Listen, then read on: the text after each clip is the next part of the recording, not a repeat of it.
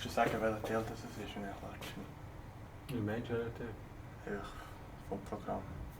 Weißt du, dass es der Reinhold Das ist Mission nach dem Matthäusevangelium Teil 1. C'est un grand plaisir pour moi de partager avec vous ces cours de la mission selon Matthieu. Et je pense que nous sommes dans le cadre justement des missions style Vineyard. Le but, c'est vraiment d'équiper, et surtout dans ces domaines bibliques. Et c'est dans ces domaines bibliques que j'aimerais justement partager avec nous la mission selon Matthieu. La mission selon Matthieu, c'est vraiment un enseignement intéressant. Et dans cet enseignement, laisse-moi vous dire qu'il y a trois éléments à considérer, si pas trois choses que nous devons comprendre dans la mission selon Matthieu. Dans la mission selon Matthieu, il y a les fondements de la mission, il y a les contenus de la mission, mais il y a aussi la manière d'accomplir la mission. Et je pense que ces trois éléments, si pas ces trois aspects que nous devons considérer. Mais laisse-moi vous dire que nous allons mettre l'accent seulement sur la manière de faire la mission, si pas d'accomplir la mission.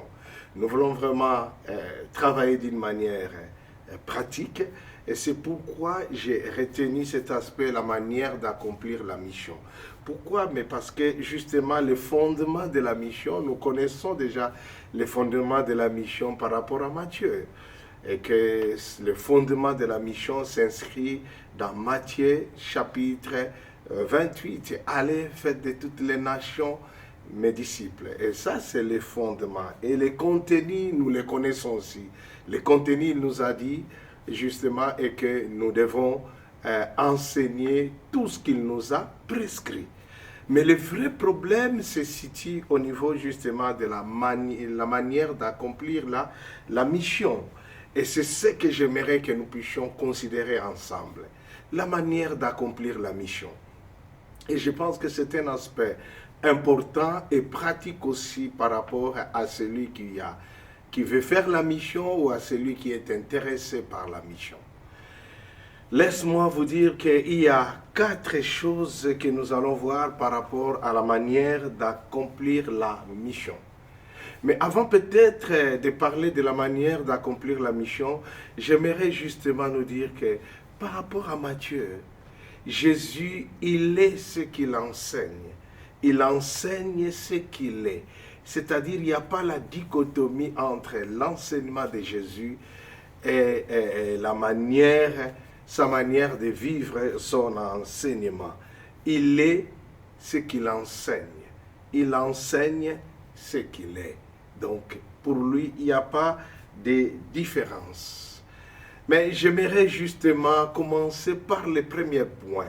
Le premier point, justement, par rapport à la manière d'accomplir la mission.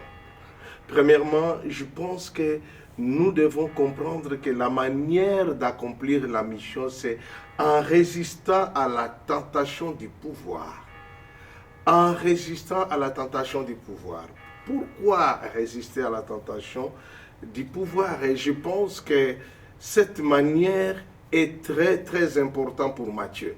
Matthieu nous montre qu'il existe des parallèles entre la troisième tentation et l'envoi en mission des disciples. L'envoi en mission des disciples en Matthieu 28. Il y a vraiment des parallèles entre la tentation au chapitre et la tentation chez Matthieu au chapitre 4, la troisième tentation bien entendu parce qu'il y a un peu bémol entre la troisième tentation chez Matthieu qui est la deuxième tentation chez Luc. Luc ne met pas la tentation du pouvoir en troisième position, mais en deuxième position. Et Matthieu le met en troisième position. Alors c'est pourquoi Matthieu nous montre les parallèles qui existent entre la troisième tentation et l'envoi à mission des disciples. Alors, si nous allons considérer les chapitres 4 de Matthieu au verset 8, nous allons voir justement l'histoire de la tentation, la troisième tentation, bien entendu. Laisse-moi procéder à la lecture. Le diable les transporta encore sur une montagne très élevée, lui montra tous les royaumes du monde et leur gloire, et lui dit, je te donnerai toutes ces choses si tu te prosternes et m'adores.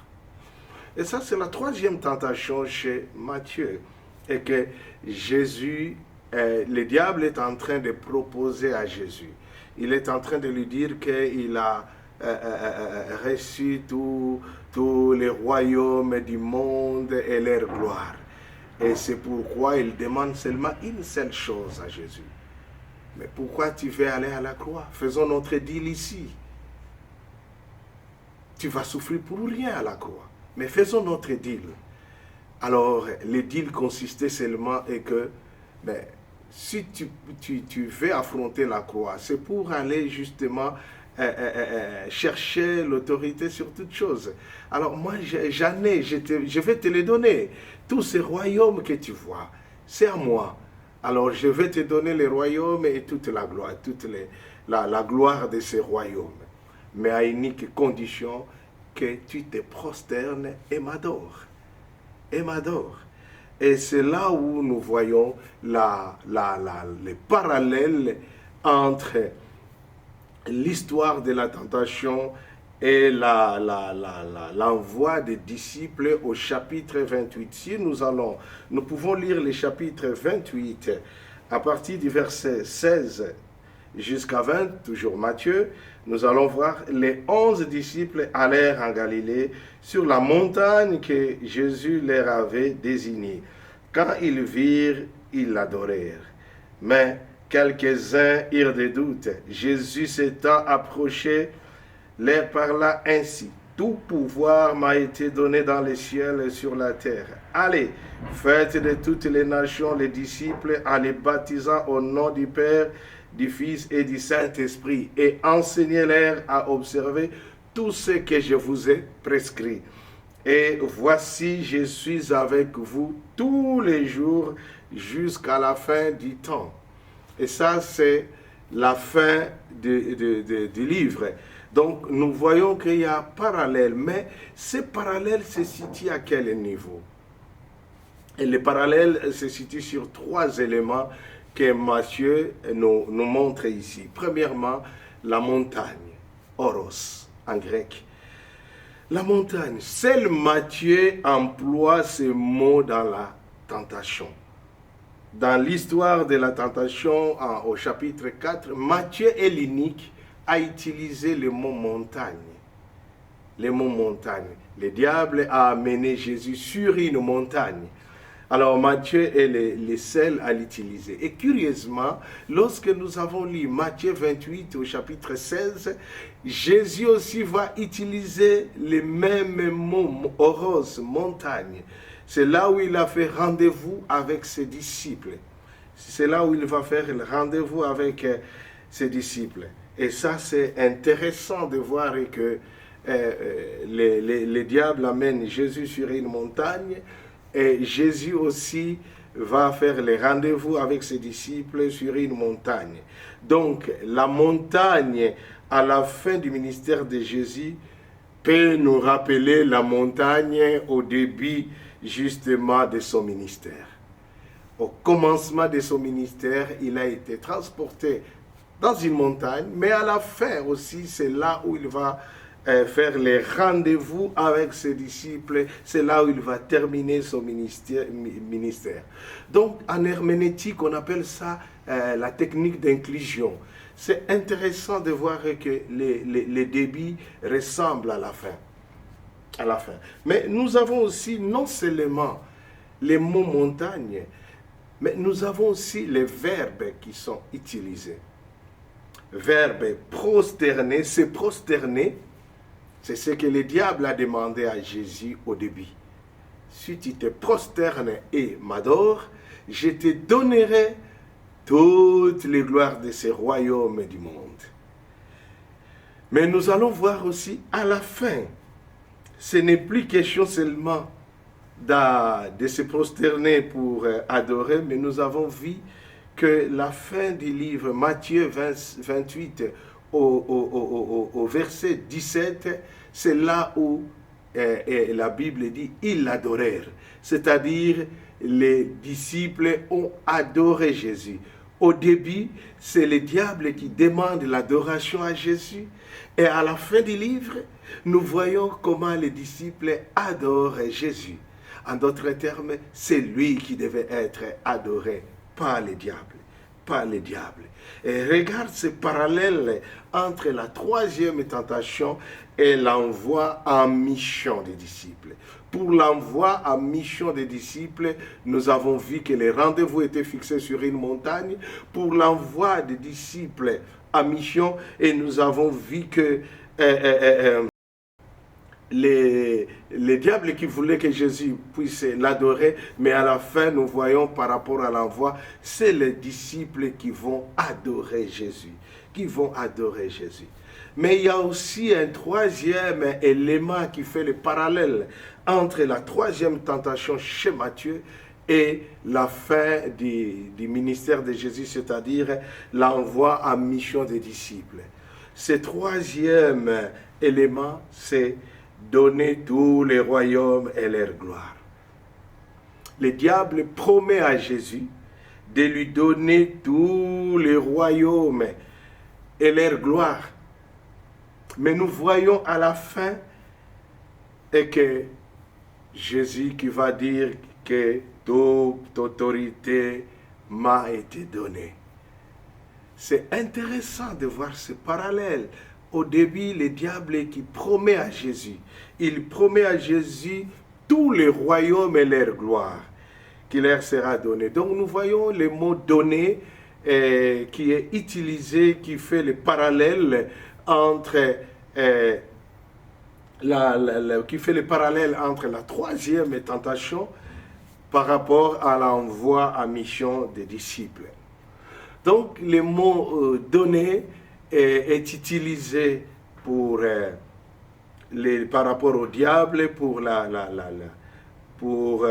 donner tous les royaumes et leur gloire, et à la fin aussi donner toute autorité à Jésus. Donc nous voyons qu'il y a un parallèle entre les débuts comme la fin. Alors nous voyons que le diable qui promet ici à Jésus tous les royaumes du monde et leur gloire.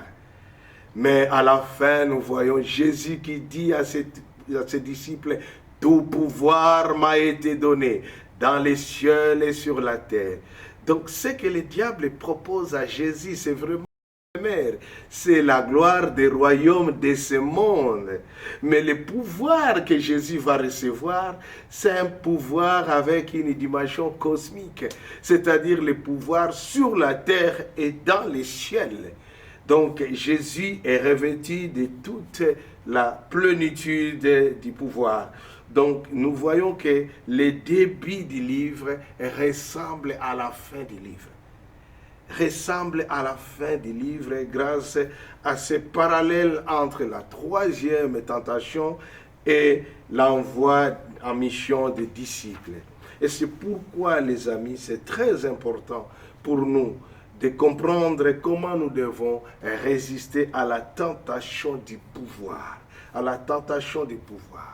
Sur une montagne, au début de son ministère, Jésus refuse justement d'accomplir sa mission en se prosternant devant Satan.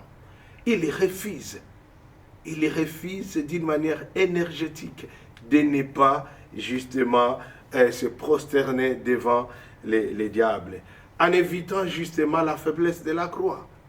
En évitant la faiblesse de la croix, raison pour laquelle il va dire arrière-toi de moi, Satan. Arrière-toi de moi, Satan. Pourquoi? Parce que Jésus n'a pas voulu justement se compromettre en se prosternant devant le diable.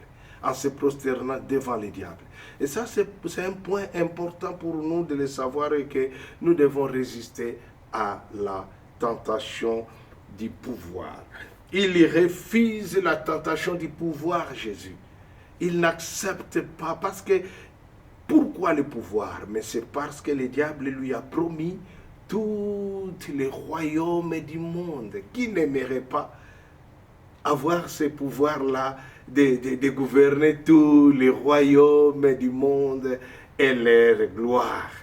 Et leur gloire. Et Jésus va refuser cela. Il accepte d'obéir à son Père, si pas à la volonté de Dieu, même si ce chemin passe par la croix. Même si ce chemin passe par la croix, même si ce chemin c'est un chemin de la souffrance, mais il accepte la souffrance qu'un cadeau empoisonné, qu'un cadeau empoisonné. La manière dont Jésus accomplit sa mission et résiste à cette tentation du pouvoir devient un modèle pour ses disciples qui sont envoyés pour continuer sa mission de faire les disciples. Et c'est comme ça que Matthieu nous montre comment Jésus, il est le modèle pour son disciple. Jésus est le modèle pour son disciple. Il est ce qu'il enseigne, il enseigne ce qu'il est. Et Jésus les a montré le modèle. Il n'a pas cédé à la pression. Il n'a pas cédé au pouvoir de la tentation. Il n'a pas cédé. C'est lui qui est notre modèle. Et c'est le modèle que nous devons suivre, nous qui aimerons faire la mission. C'est très important de ne pas céder à la tentation du pouvoir. De ne pas céder à la tentation du pouvoir. Et ça, c'est un aspect très important. Même s'il y a la souffrance, ne cédons pas à la tentation du pouvoir. Ça n'a jamais été facile. Ne cherchons pas les raccourcis comme le diable a voulu le faire avec Jésus. Il a voulu faire des raccourcis. Inutile d'aller à la croix. Tu vas souffrir inutilement et parfois bêtement. Alors moi, je te facilite le travail. Je te facilite le travail. Alors, faisons notre deal ici, au lieu d'aller à la croix. Au lieu d'aller à la croix, faisons notre deal. Regarde les raccourcis que le diable propose à Jésus. Mais là, non plus, Jésus n'a pas cédé à ces raccourcis que l'ennemi était en train de lui proposer. Il n'a pas cédé. C'est pourquoi une manière d'accomplir la mission, c'est en résistant à la tentation du pouvoir. À la tentation du pouvoir. Mais alors, il y a une deuxième manière, la deuxième manière d'accomplir la mission. La deuxième manière d'accomplir la mission, c'est en évitant les pièges énumérés dans l'enseignement de Jésus en Matthieu 23. Matthieu 23 nous présente tant de pièges que Jésus a énumérés. Prenez besoin pour moi de lire Matthieu 23 tout à l'heure. D'ailleurs, ça serait un des exercices que vous pouvez faire, c'est de lire tout l'évangile de Matthieu pour avoir une compréhension claire et nette de cet évangile. Mais Matthieu 23, si vous pouvez justement les consulter, vous allez voir qu'il y a plusieurs pièges. Les pièges vont que ce que Jésus nous montre dans Matthieu 13, c'est très important. Au chapitre 13 de Matthieu, dans l'enseignement que Jésus donne, il nous avertit face aux pièges qui existent en accomplissant notre mission de faire les disciples. De faire les disciples. Il y a des pièges que nous devons vraiment éviter. Alors, si vous lisez tout le chapitre 13, vous allez voir tous ces pièges que nous devons éviter en accomplissant justement notre mission. Le chapitre 23 de Matthieu décrit justement l'activité missionnaire des pharisiens et nous indique comment ne pas faire des disciples. Ce n'est pas de cette manière que nous devons faire les disciples. manière. Et ça, c'est intéressant. C'est que Matthieu nous montre comme des pièges que nous devons justement éviter.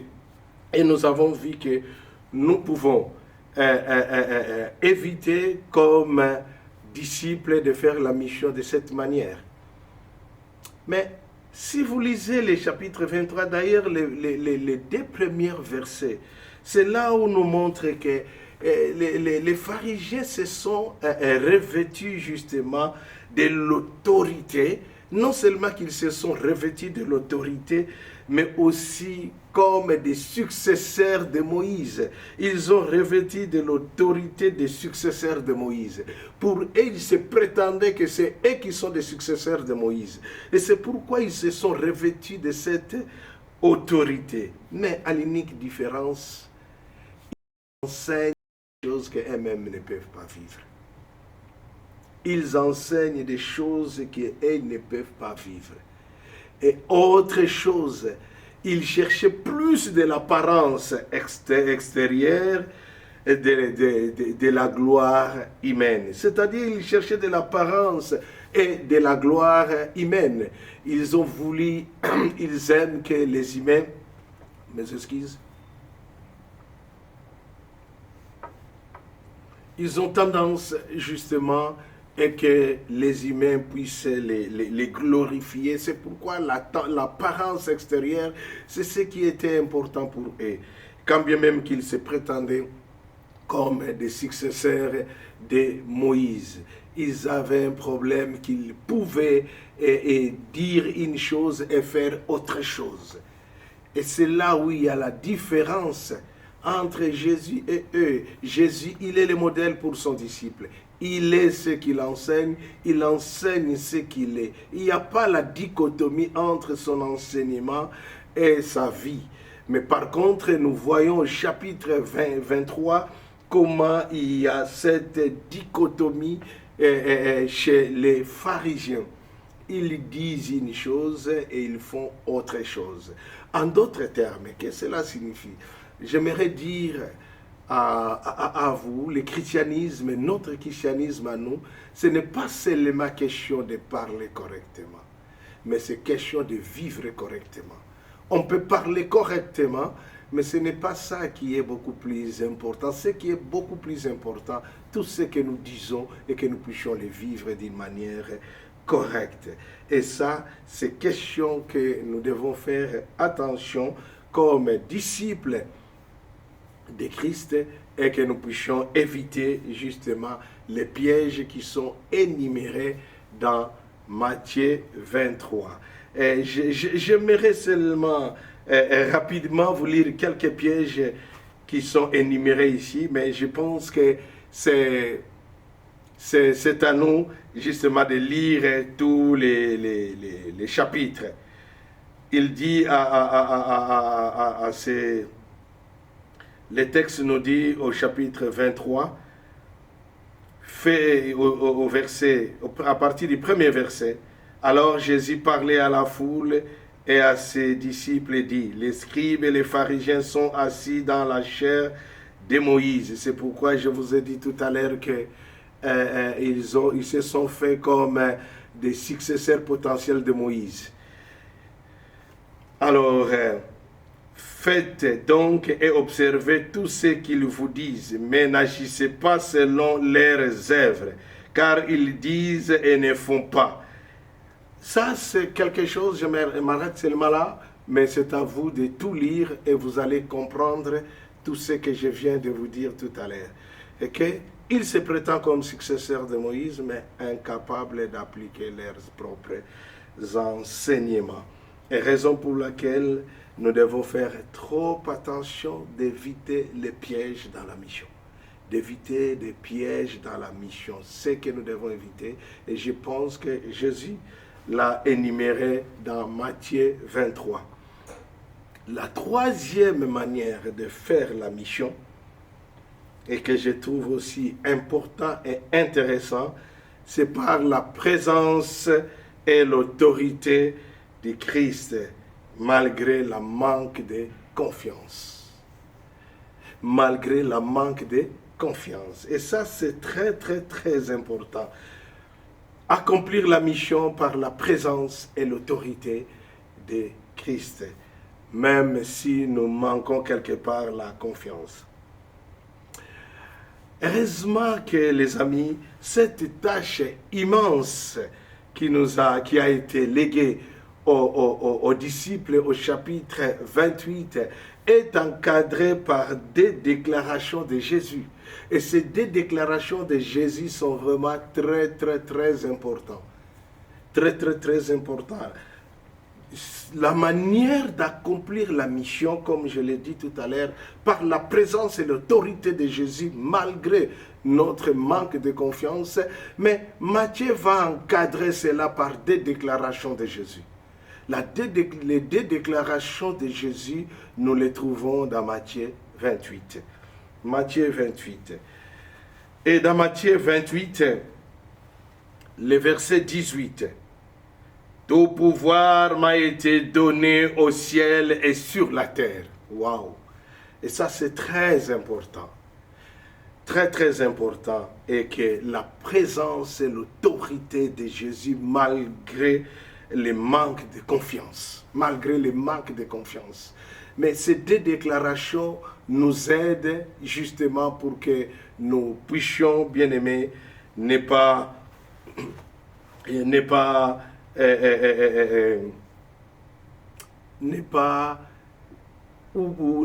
en d'autres termes, ces deux déclarations sécurisent les disciples. Voilà, ça sécurise les disciples. Malgré sa manque de confiance, mais ça sécurise les disciples. Pourquoi je parle de manque de confiance? Vous savez, dans l'évangile de Matthieu, les disciples ont un problème. Il est disciple, oui. Pourquoi? Parce qu'il écoute. Ça, c'est le processus de disciple-là. Chez Matthieu, les disciples écoutent. Chez Matthieu, non seulement les disciples entendent, mais les disciples obéissent. Non seulement que les disciples obéissent chez Matthieu, mais les disciples mettent en pratique tout ce qu'ils écoutent. Donc, nous voyons que les disciples-là chez Matthieu, les disciples vivent vraiment l'aspect du disciple-là. Il écoute, il obéit et il met en pratique. Mais il a un seul problème. Son problème, c'est le manque de foi. Comme on le dit en hébreu, oligopistos. En grec, pardon, oligopistos. C'est-à-dire, il a un vrai problème au niveau de la foi. Et c'est pourquoi vous allez voir que la foi dans les livres de Matthieu ne vient pas chez les disciples, mais vient chez les païens. On trouve la foi chez les païens que chez les propres disciples. Raison pour laquelle, malgré l'autorité, la présence du Christ, même si vous manquez la foi, Matthieu va justement nous donner des éléments, si pas des déclarations de Jésus pour sécuriser les disciples. Premièrement, tout pouvoir m'a été donné. Et ça sécurise les disciples, en sachant que tu ne fais pas ça avec tes muscles, et la mission, tu ne vas pas faire ça avec tes efforts, non pas avec ta force, mais avec l'autorité et la puissance de Jésus-Christ. La puissance de Jésus-Christ. Et ça, c'est très important. Et que nous puissions comprendre que le crucifié et ressuscité détient l'autorité absolue et complète qui englobe tout. Qui englobe tout. C'est merveilleux. C'est merveilleux de voir que c'est ressuscité. C'est lui qui a l'autorité. C'est lui qui a l'autorité absolue et complète qui englobe tout. Et raison pour laquelle cette autorité est à la base de l'envoi des disciples. Nous ne sommes pas envoyés dans le vide. L'autorité par rapport à notre envoi est liée par rapport à la déclaration de Jésus. Jésus qui va dire que tout pouvoir m'a été donné sur la terre, les ciels. Et c'est pourquoi, les amis, nous avons l'assurance que ce que nous faisons, nous le faisons sous son autorité. Cette autorité est à la base de l'envoi des disciples, mais aussi l'assurance des disciples pendant l'exercice de leur ministère face aux autorités politiques. Face aux autorités politiques et religieuses, nous avons l'assurance d'une seule chose, et que nous avons son pouvoir et son autorité. Nous avons son pouvoir et son autorité. Raison pour laquelle Jésus lui-même l'a démontré face aux autorités politiques comme religieuses. Il n'a pas eu peur de faire ni de dire quoi que ce soit. Non. Et c'est pourquoi, les amis, j'aimerais que nous puissions comprendre que la mission que nous faisons, ce n'est pas mission que nous allons faire ça avec nos propres moyens. Dieu a mis ces moyens à notre disposition. Et ces moyens n'est rien d'autre que son pouvoir et son autorité qu'il nous a légués. Jésus détient la véritable autorité. La véritable autorité. Et c'est pourquoi je vous ai dit... Bien avant, le diable lui a montré la gloire, si pas les royaumes du monde et leur gloire, en lui disant que si tu te prosternes et m'adores, je te les donnerai. Mais nous avons compris que Jésus a réussi ce qui est au-delà de ce monde, au-delà des gloires de ce monde. Et c'est pourquoi il a déclaré que tout pouvoir m'a été donné. Il a la plénitude du pouvoir. Et c'est avec cette plénitude du pouvoir que nous pouvons faire la mission. Nous ne faisons pas la mission avec nos muscles et nos forces, mais avec la force et la puissance qui vient de lui. Et ça, c'est très, très important. Et la deuxième déclaration de Jésus, parce que je vous ai dit que les propos de Jésus, la manière de faire la mission par la présence par la présence et l'autorité de Christ, j'ai dit que c'était justement encadré par des déclarations. La première déclaration, c'est ce que nous venons de voir, tout pouvoir m'a été donné. Mais il y a la deuxième déclaration. La deuxième déclaration, c'est que et moi, je suis avec vous tous les jours jusqu'à la fin du monde. Ça, c'est le verset 20 du 28e chapitre, la partie B. Et c'est là où Jésus déclare à ses disciples, non seulement tout pouvoir m'a été donné, mais alors il ajoute, je serai avec vous tous les jours jusqu'à la fin du temps. Tous les jours jusqu'à la fin du temps. L'assurance de la présence constante de Jésus. Il nous assure sa présence, mais une présence constante, les amis. Matthieu ne rencontre pas l'ascension par rapport à la fin du ministère de Jésus. Il ne nous parle pas de l'ascension. Il ne nous parle pas ni de la prédiction du départ de Jésus. Et vous allez comprendre que Matthieu ne parle même pas de l'envoi d'un autre paraclet. Il termine son livre. Si pas l'évangile, avec un Jésus qui demeure auprès de ses disciples. Un Jésus qui demeure auprès de ses disciples. C'est comme ça que Matthieu termine justement son évangile. Jésus est là présent. Il y a une présence permanente de Christ. Alors pourquoi alors devons-nous manquer de confiance? Manquer de confiance. Nous ne pouvons que lui faire confiance parce qu'il est là avec nous. Il est là. Il est là. Il est là avec son pouvoir, il est là avec son autorité, il est là avec sa force, mais il est là aussi avec sa présence, les amis. Sa présence. Et ça, c'est très, très, très, très important pour nous de le savoir qu'il est là avec sa présence. Je suis avec vous tous les jours jusqu'à la fin des temps. Vous savez, cette déclaration n'est pas seulement pour les 11 disciples. Cette déclaration est aussi valable pour nous et même pour ceux qui vont venir après nous, parce que c'est jusqu'à la fin des temps. Cette déclaration sera valable. Sera valable. Et pour nous et pour ceux qui viendront après nous. Et c'est pourquoi ces contrastes qui terminent l'évangile entre d'une part les disciples qui doutent et de l'autre part l'autorité et la présence de Jésus. Nous avons lu comment quand les disciples ont adoré Jésus, ils doutaient encore.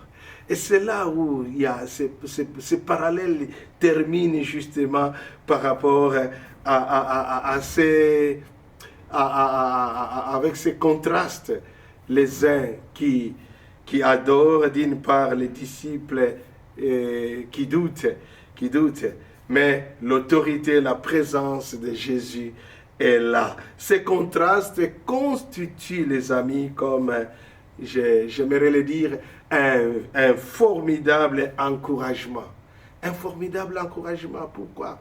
Mais c'est parce que malgré qu'il y a les doutes chez certaines personnes, mais ce doute est compensé par sa propre présence, l'autorité et sa présence. L'autorité et sa présence est là pour couvrir les doutes. Couvrir les doutes. Mais je suis là, je suis présent. Et je pense que ça, c'est très important. Malgré notre manque de confiance à la puissance et à l'intervention de Jésus, mais laisse-moi vous dire que malgré notre manque de ressources pour accomplir la tâche qui nous est confiée, j'aimerais seulement vous dire que la présence de Jésus est là. La présence de Jésus est là, son autorité est là. Et c'est ce qui est intéressant par rapport à ces contrastes que Matthieu est en train de nous montrer pour faire la manière de faire la mission. La manière de faire la mission. Et c'est pourquoi j'aimerais terminer cette première partie en disant que Jésus continue sa mission à travers nous. Il continue sa mission. Malgré nos hésitations, malgré nos échecs, l'opposition à l'action de Dieu sur la terre, mais Jésus continue à bâtir son Église. Il continue à bâtir son Église. Jésus continue sa mission à travers nous. Il continue à appeler un peuple et à former une communauté qui incarne non seulement son enseignement, mais qui incarne aussi sa vie. Qui incarne sa vie. Et c'est cette communauté qu'il est en train de mettre en place. C'est cette communauté qu'il est en train de mettre en place. Et il continuera à le faire jusqu'à la fin du temps. Jusqu'à la fin du temps. Et ça, c'est très important pour nous de comprendre. Et raison pour laquelle, les amis, laisse-moi vous dire que la grande commission qui nous a été donnée, l'accent est mis sur la formation des nouveaux peuples. La formation des nouveaux peuples. Et c'est ce que le Seigneur aimerait, et que toi et moi nous puissions nous mettre dans la mission pour la formation de ces nouveaux peuples. Et ce peuple qui est un peuple que j'aime souvent appeler cette nouvelle communauté, une communauté d'alternative. Une communauté d'alternative. Vous savez, les amis, l'alternance pour ce monde déchu, pour ce monde malade, pour ce monde foutu, passe par l'Église. L'Église, c'est la nouvelle société que Dieu est en train de mettre en place pour l'avancement de son royaume. Il veut avancer son royaume, mais il veut avancer son royaume avec toi et moi, si nous allons nous imprégner vraiment dans la mission. Dans la mission. Et ça, c'est très, très important comme aspect, comment nous pouvons accomplir la manière d'accomplir la mission. Mais il y a deuxième, si pas quatrième, parce que là, je parlais des 3 manières d'accomplir la mission. Premièrement, j'avais parlé sur en résistant à la tentation du pouvoir. Deuxièmement, en évitant les pièges énumérés dans l'enseignement de Jésus. Et troisièmement, j'ai parlé de la présence et de l'autorité de Jésus malgré notre manque de confiance. Et quatrième élément que j'aimerais évoquer ici, c'est en étant petit ou alors vulnérable. En étant petit et vulnérable. Et je pense que ça, c'est un point aussi très important dans la mission. Je pense que vous êtes en train de comprendre notre manière de faire la mission. La manière de faire la mission. Et c'est pourquoi, ici, on nous parle étant petit. Alors, les discours missionnaires au chapitre 10 de Jésus, laisse-moi ouvrir une parenthèse. Vous savez, lorsque vous lisez Matthieu, vous allez comprendre que le livre de Matthieu est rempli de 5 blocs d'enseignement de Jésus. Il y a 5 blocs d'enseignement. Vous allez voir qu'il y a peu de miracles, peu de guérisons, mais que des enseignements de Jésus. C'est seulement pour dire que dans les livres de Matthieu, l'enseignement et les miracles ont le même poids. Ils ont le même poids. Parce qu'un enseignement peut rendre quelqu'un qui était violent et qui devient une très bonne personne. Une femme qui était prostituée, avec l'enseignement, la femme peut quitter la prostitution. Regardez comment Matthieu voit l'enseignement. Il met ça au même niveau que les miracles. Ils ont le même poids, l'enseignement. Parce que l'enseignement peut aider quelqu'un qui était dans l'erreur afin de retrouver les chemins. Donc, l'enseignement, c'est quelque chose de très important. C'est pourquoi il y a 5 blocs d'enseignement chez Matthieu. Et parmi les 5 blocs, vous connaissez d'ailleurs le premier bloc, pour ne pas tout citer, c'est la béatitude. Et le deuxième bloc de l'enseignement de Jésus, c'est ce discours au chapitre 10. Le discours que j'appelle le discours missionnaire de Jésus. Le discours missionnaire de Jésus. C'est le deuxième discours parmi les 5 discours. Vous pouvez voir ces 5 discours dans l'évangile de Matthieu. Comme nous n'étudions pas, nous ne faisons pas un travail complet de Matthieu, je n'aimerais pas entrer en détail. Mais laisse-moi vous parler de ce discours qui est un discours missionnaire. Si Jésus a fait un discours sur la mission, ce discours c'est au chapitre 10. Jésus donne un enseignement sur la mission. Il nous donne un enseignement sur la mission. Et cet enseignement que Jésus donne sur la mission, Matthieu va commencer par un constat. Le constat, ça c'est le constat de Matthieu par rapport à la situation spirituelle du peuple. Et ce constat, c'est au chapitre 9, le verset 36. Qu'est-ce qu'il va dire au chapitre 9, au verset 36? La Bible dit, « Voyant la foule, il fit émis de compassion pour elle, parce qu'elle était languissante et abattie comme des brebis qui n'ont point de berger. » Jésus dit, là maintenant Jésus va dire toujours au verset 9, au chapitre 9, mais les versets 37 à 38. Là ce sont les propos de Jésus. Mais bien avant c'était le constat de Matthieu. Le constat de Matthieu, pour Matthieu, la foule était abattue et languissante. Comme des brebis qui n'ont pas de berger. Et ça c'est grave. Pendant que ce peuple avait 2 types de bergeries.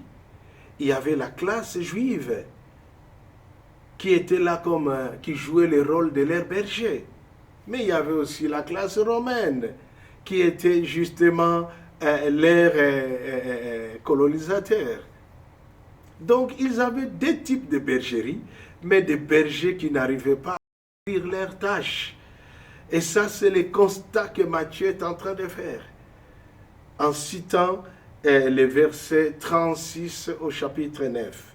C'est quand Jésus qui a été mis de compassion, il a vu que ce peuple était abattu et languissant. Et Jésus lui-même va ajouter au verset 37 à 38. Alors il dit, nous sommes toujours au chapitre 9, alors il dit à ses disciples, la moisson est grande, mais il y a peu d'ouvriers. Priez donc le maître de la moisson d'envoyer des ouvriers dans sa moisson. Et ça, c'est l'aspect que Jésus va ajouter avant de parler sur son discours sur la mission, si pas le discours missionnaire. Et vous allez voir, lorsque Jésus va dire à ses disciples de prier donc pour les maîtres de la moisson, d'envoyer les ouvriers dans la moisson, qu'est-ce qu'il va faire au début du livre, au début du chapitre 10?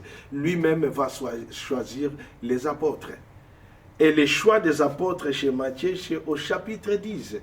Et c'est là où il va choisir les 10 apôtres, ayant appelé ses 12 disciples. Donc c'est là où il y aura maintenant le choix de ces 10 apôtres. Jésus va choisir les 10 pour les envoyer à œuvrer dans son champ. Les envoyer à œuvrer dans son champ à partir du verset 16.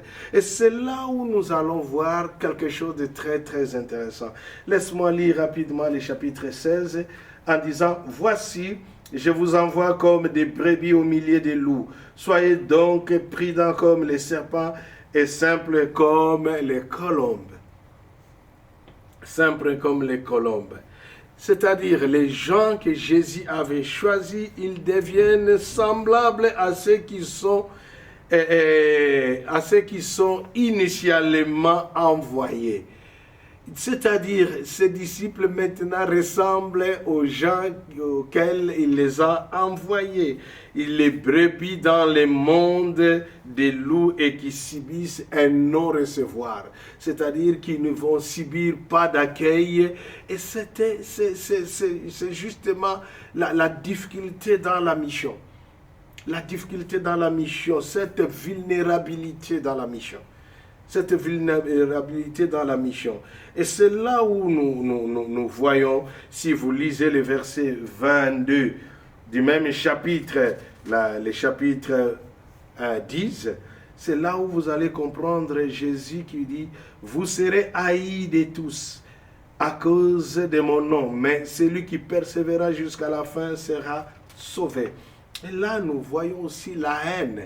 La haine par rapport à ces petits, à ces vulnérables. Et qu'il y a non-réception. Tu n'es pas bien accueilli. Et non seulement tu n'es pas bien accueilli, mais il y a aussi la haine. Et ça, c'est une manière que nous devons comprendre, que nous devons faire la mission. Et c'est important, la mission n'est pas seulement quand tout est en rose. Mais il y a aussi certains impératifs. Et c'est pourquoi Jésus va justement présenter ses disciples comme un de ses petits. Si vous lisez le verset 40, vous allez comprendre que le disciple est qualifié comme un de ses petits. Alors, au verset 42, c'est là où il dira « Quiconque donnera seulement un verre d'eau à l'un de ses petits, parce qu'il est mon disciple, je vous le dis en vérité, il ne perdra point sa récompense. » Ici, le disciple missionnaire est accueilli dans sa faiblesse, dans les manques. On lui donne de l'eau. Il est en situation de précarité, il n'a même pas de l'eau pour boire. Et c'est ça des réalités dans la mission. Les réalités. Regarde de quelle manière nous devons accomplir la mission. Même dans la faiblesse, même dans la précarité. Et c'est ici que nous sommes considérés comme des petits. Qu'on lui donne un verre d'eau et il devient petit. Il devient petit. Grâce à ce verre d'eau qui lui a été qui lui a été donné.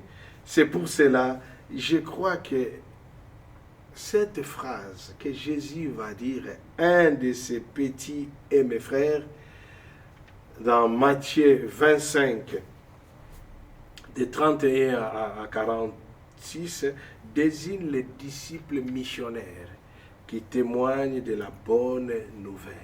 Les disciples missionnaires qui témoignent de la bonne nouvelle.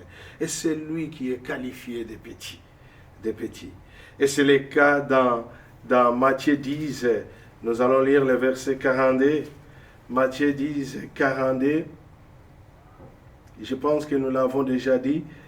Quiconque donnera seulement un verre d'eau froide à l'un de ses petits, parce qu'il est mon disciple, je vous l'ai dit en vérité, il ne perdra point sa récompense. Même au chapitre 18, le chapitre 18, le verset 6, regarde ce qui est écrit.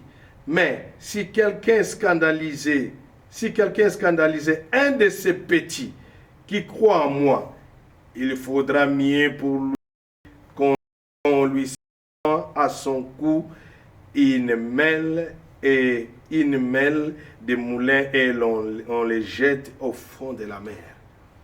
La considération qu'il donne à ces petits. Les petits, au chapitre 25, sont désignés comme des frères. Si vous lisez le chapitre 25, vous allez voir que les petits est désigné comme les frères. Les frères de qui? Les frères des fils de l'homme. Ils sont des frères des fils de l'homme. Chez Matthieu, les frères est désigné comme les disciples. Il est le disciple chez Matthieu. Si vous lisez chapitre 12, le verset 49 à 50, nous allons voir ça. Et au chapitre 28, le verset 10. Au verset 10, c'est ce que je vais lire. Alors Jésus leur dit, ne craignez pas, allez dire à mes frères de se rendre en Galilée, c'est là qu'ils me verront. C'est là où qu'ils me verront. Ici, les frères, c'est lui qui est le petit. Les frères, c'est lui. Le petit est considéré et désigné comme les frères, et les frères, justement, dit Fils de l'homme. Nous, on est frères, mais frères du Fils de l'homme. Mais qui est le frère? C'est le plus petit. C'est le plus petit. Les plus petits. Et c'est pourquoi, les amis, c'est important pour nous de comprendre que même dans la privation, même dans les manques, ne jetons pas l'éponge. Faisons notre tâche. Faisons notre tâche. Le Seigneur continuera à prendre soin de nous.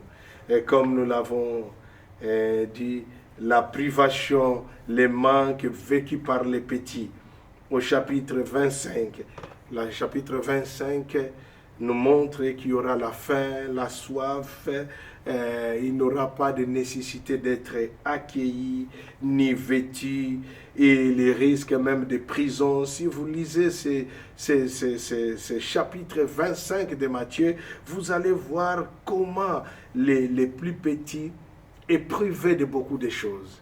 Il est privé de la faim, du soif, et c'est ce que nous devons affronter dans la mission. Ce sont des réalités dans la mission. Et tu n'as même pas un lieu d'accueil, tu n'as même pas quelque chose à mettre. Et tu risques même la prison. Mais alors, laisse-moi te dire, ce sont des conditions précaires de la mission des disciples. Les conditions précaires de la mission des disciples, telles qu'elle est décrite au chapitre 10, dans les discours missionnaires de Jésus. Dans les discours missionnaires de Jésus, tout ça est repris. Alors ne faisons pas la mission quand tout marche bien, mais il y aura aussi des moments difficiles, des moments vulnérables, des moments où on va vraiment se considérer comme petit, parce qu'un petit manque de rien, il ne peut rien, il est limité. Il est tellement limité. Et ce sont les choses qui peuvent nous arriver. Lorsque nous sommes en train de nous investir dans la mission, on sera considéré comme des petits dans une situation précaire de la mission et c'est pourquoi toutes ces choses, la faim, la soif, nécessité d'être accueilli, d'être vêtu, les risques de la prison sont des conditions, comme je l'ai dit, des conditions précaires de la mission des disciples telles que les décrits dans Matthieu chapitre 10. En acceptant les messages, les gens accueillent Jésus. Les gens accueillent Jésus. Si les gens, malgré nos conditions, malgré les situations dans lesquelles nous pouvons nous retrouver, mais si les gens vont accepter, ils vont accepter les messages. Si pas accepter les messagers, ces gens-là qui sont petits, en d'autres termes, ils accueillent Jésus lui-même. Ils accueillent Jésus lui-même. Regarde comment nous pouvons faire accueillir Jésus dans la vie des gens et lorsque nous sommes acceptés comme messagers. Et c'est pourquoi n'hésite pas, même si les situations sont sombres, difficiles, mais c'est ce que Jésus est en train de nous montrer dans Matthieu 10 et qui est complété par Matthieu 25. Et que nous puissions comprendre dans notre précarité, dans notre faiblesse, dans notre fragilité, dans notre privation, même si nous manquons de rien, mais du fait que les gens acceptent les messagers, c'est Jésus qui est accueilli. C'est Jésus qui est accueilli. Et que la privation ne nous décourage pas. Que la privation ne te décourage pas, ça fait partie de la mission. Que le manque ne te décourage pas, ça fait partie de la mission. La mission, ce n'est pas seulement lorsqu'on possède, même lorsqu'on n'a pas. On peut toujours s'investir dans la mission et dans le sens que tu es porteur du message de Christ. Du fait que tu es porteur du message de Christ. Une fois que ce message est accepté, c'est Jésus qui est accueilli dans le cœur des gens. Et raison pour laquelle ne sois pas découragé. Ne sois pas découragé par rapport aux circonstances. Et en tout cas, en désignant les disciples comme un petit, au moins au chapitre 10, le verset 42, et au Matthieu, au chapitre 18, le verset 6, Matthieu décrit une caractéristique des disciples en mission. Il décrit les caractéristiques des disciples en mission. Regarde ce qui caractérise un disciple en mission. C'est ce qu'il décrit dans 10, 42 et de ce qu'il déclare dans 18, 6. C'est ça la description des caractéristiques d'un disciple en mission. Et ça, c'est très important. Je ne sais pas si nous voulons encore relire ce texte, mais vous pouvez toujours les relire à la maison. Mais je pense que les disciples est caractérisé selon Matthieu par rapport à ce texte. Laisse-moi pour votre plaisir de lire encore le verset 42 qui caractérise les disciples là chez Matthieu. Et quiconque donnera seulement un verre d'eau à l'un de ces petits parce qu'il est mon disciple, je vous le dis en vérité, il ne perdra point là la récompense. Il n'y aura pas perte de la récompense pour celui-là. Et c'est ce qui caractérise justement la mission. La mission. Les petits ne peuvent pas compter sur les sécurités du monde. Non, un disciple ne compte pas sur les sécurités du monde en entendant un geste d'accueil. Nous ne sommes pas là pour compter sur les sécurités du monde en attendant justement un geste d'accueil. Pour Matthieu, annoncer l'évangile, ce n'est pas transmettre la doctrine. Annoncer l'évangile, ce n'est pas quelque chose de transmettre la doctrine que les autres doivent accepter. Non, mais c'est plus fondamentalement être devant les autres dans leur manque et dans leur faiblesse. Et ça, c'est très important. Ce n'est pas seulement enseigner et transmettre de la doctrine et que les autres doivent accepter. Mais c'est plus fondamentalement être devant les autres dans son manque et dans sa faiblesse. Tu es là comme disciple, comme petit ou alors comme vulnérable. Tu es là non seulement pour que tu enseignes les doctrines que les autres doivent accepter, mais c'est plus fondamentalement être devant les autres. Tu es devant les autres dans ton manque à toi, dans ton manque et dans sa faiblesse. Et c'est ce qui est important, les amis. C'est ce qui est important. Et c'est ce que Jésus a vécu. Une fois, il a même manqué les gobelets pour prendre de l'eau. Il était dans les manques. Il était dans les manques. Nous avons vu tout ce que Jésus nous a présenté comme faiblesse. C'est lui qui a dit, Père, si cette coupe peut s'éloigner. Il était dans la faiblesse. Il était vraiment dans une crise spirituelle. Père, si cette coupe peut s'éloigner. Et pour boire de l'eau, il n'avait même pas un verre, si pas un gobelet pour boire de l'eau. Il était dans les manques. Et c'est pourquoi le problème est que pour nous transmettre l'évangile, ce n'est pas seulement question d'enseigner les doctrines que les autres doivent avaler, les autres doivent accepter, mais c'est le plus fondamentalement être devant les autres dans son manque et dans sa faiblesse. Montrer tes faiblesses, montrer tes manques. Et c'est comme ça que nous devons faire la mission. C'est comme ça que c'est la manière pour nous d'accomplir la mission. Et ça, c'est très important pour que nous puissions accomplir la mission. Voilà d'une manière un peu brève, la manière dont nous pouvons accomplir la mission.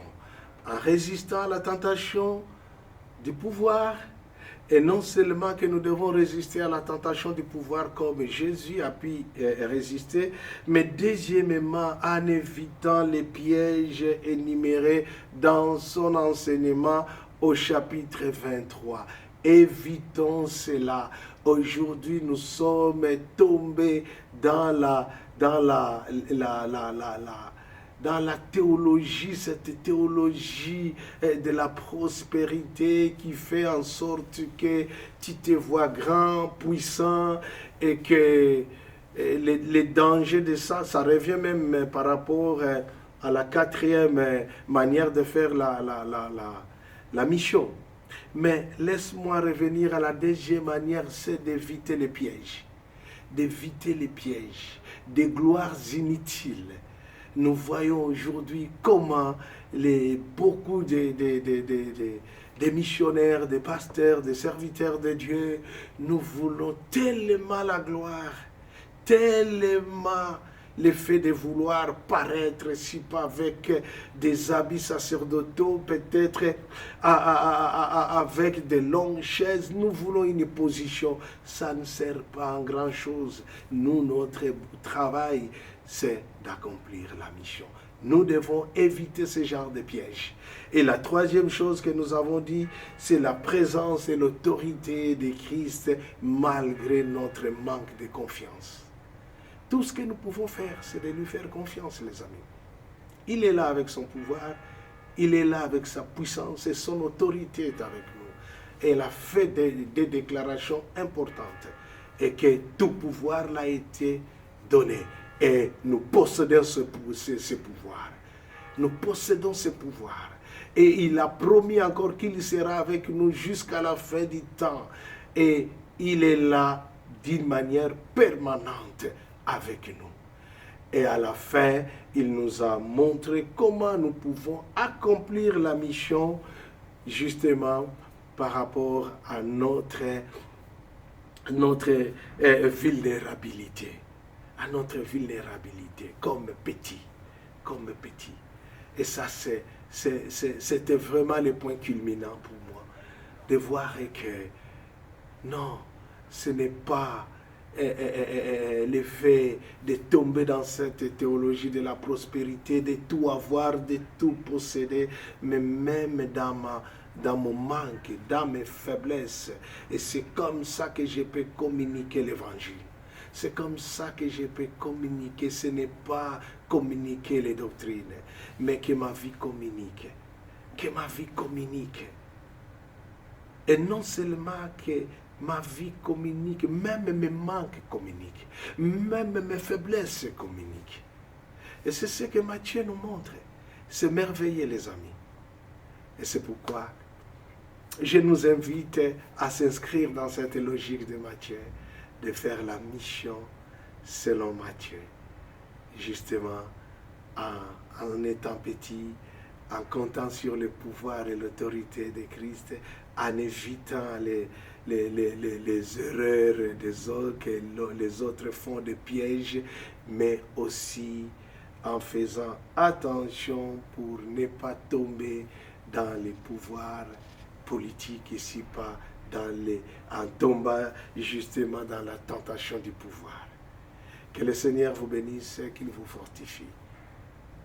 Amen.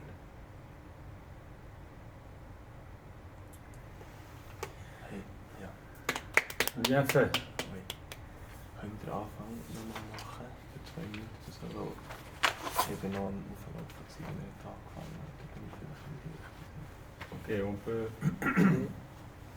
Seulement les 2 minutes, le commencement, on peut faire encore, parce qu'il était marché, peut-être.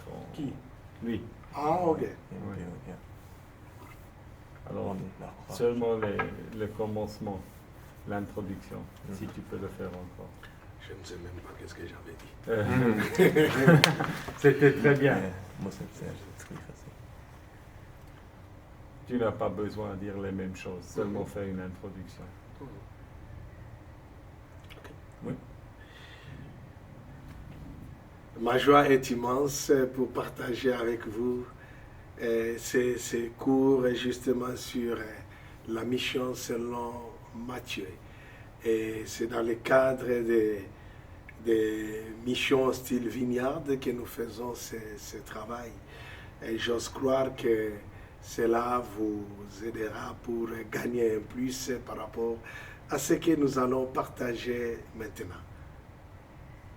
Parfait. Sehr gut. Kannst du ihm sagen, er ist sehr gut mit der Kamera. Merci, il dit que tu es très bien avec la caméra. Tu as très bien fait. Ah, ok. Il ne comprend naturel. pas le français, mais c'est vraiment naturel avec la caméra. Au point de vue de quelqu'un qui fait le film, tu as très bien fait.